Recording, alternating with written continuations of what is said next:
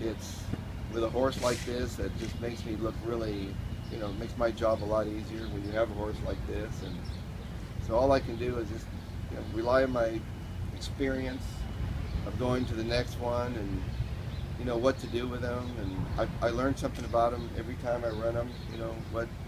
He's still really lightly raced horse, so things that he likes and what he doesn't like, but one thing, he does have a good appetite. So as long as he keeps, eating and, hopefully try to keep that weight maintained. That's tough. The only horse that's ever actually gained weight was Point Given. He just kept getting bigger and bigger. But he's a different kind of horse, but he is just so fast. And just the way, as you all see, you see the way he moves. He just floats. I mean, he gets into that stride. He just does it effortlessly, and so he just doesn't give the other horses a chance at all to come to him. Do you worry about Fletcher waiting in the weeds at the next stop? That has been the blueprint for the Belmont since 2000, really, to skip this race. Yeah, I understand, because they figure, well, if they can't win this, why put them through this? If they it just shows the respect they have for American Pharoah. They're going to wait, catch him, and maybe he'll be a bit more vulnerable, and so it's something that you can't control, and they're stable there. That's their base, and so it makes it an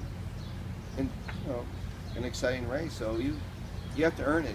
Pharoah, if he's going to do it, they have to earn it, and he had to earn it in that weather. He had to just, if he's a great horse, he's got to do it. I mean, all the greats that won the Triple Crown, they would have done the same thing. So he's got to.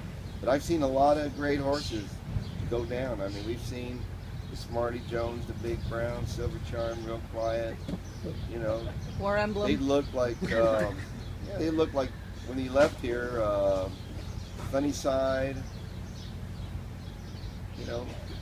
I mean, Big Brown to me, like, I'll Have Another. He went over there. He looked like he was just going to do it, and he was running against the same bunch. So it's like you just don't know, until So that's why it's so tough, and it's we always think, well, maybe this is it.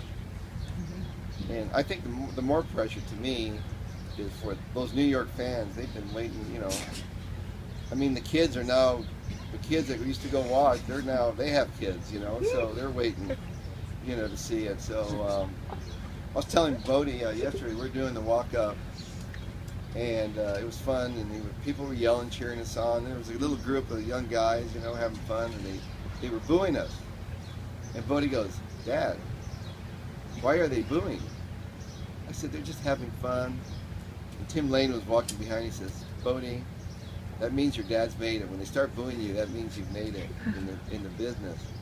I said, "Well, Bodie, if we win this one, we get to New York, you're going to not believe what you're going to hear there." I said, "You better get ready for that. That's going to be, they're a little harsh over there." Well, why? But they have fun. It's New York. That's what it's all about. They have their fans are just, they're funny. To me,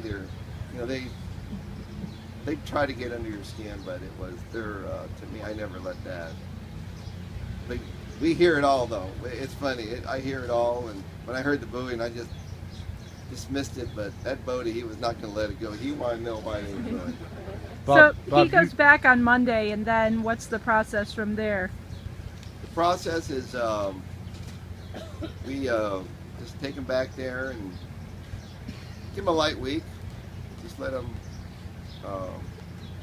get his feet under him a little bit and let him relax. And it's like going to the spa for a week. Just let him sit down and just lay down. Let him lay down all day, relax, just eat and get his get his weight, try to get his weight back on him. And he's a pretty fit horse. He doesn't need a lot, so he's, as long as he keeps moving like he does on the track. Like when he got here, you could tell he was just, he was wanting to do something. He was ready to do something. But he was really, I liked the way he acted. He was really quiet and relaxed in the paddock, walking over there. He didn't use himself up. And for some reason, Kentucky, the walk really, he had a meltdown going over there, and the people just really, they got him stirred up. So at least at Belmont, it's not that the paddock scene.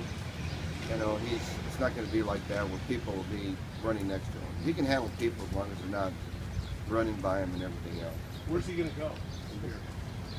He's going to go to Churchill Downs Tomorrow? tomorrow, yeah. And when do you get him to New York? We'll get him that week. Probably get him in there probably Wednesday, probably. We usually do. So you think you would, if you had to breeze, you'd breeze him at Churchill? He'd breeze at Churchill. Yeah.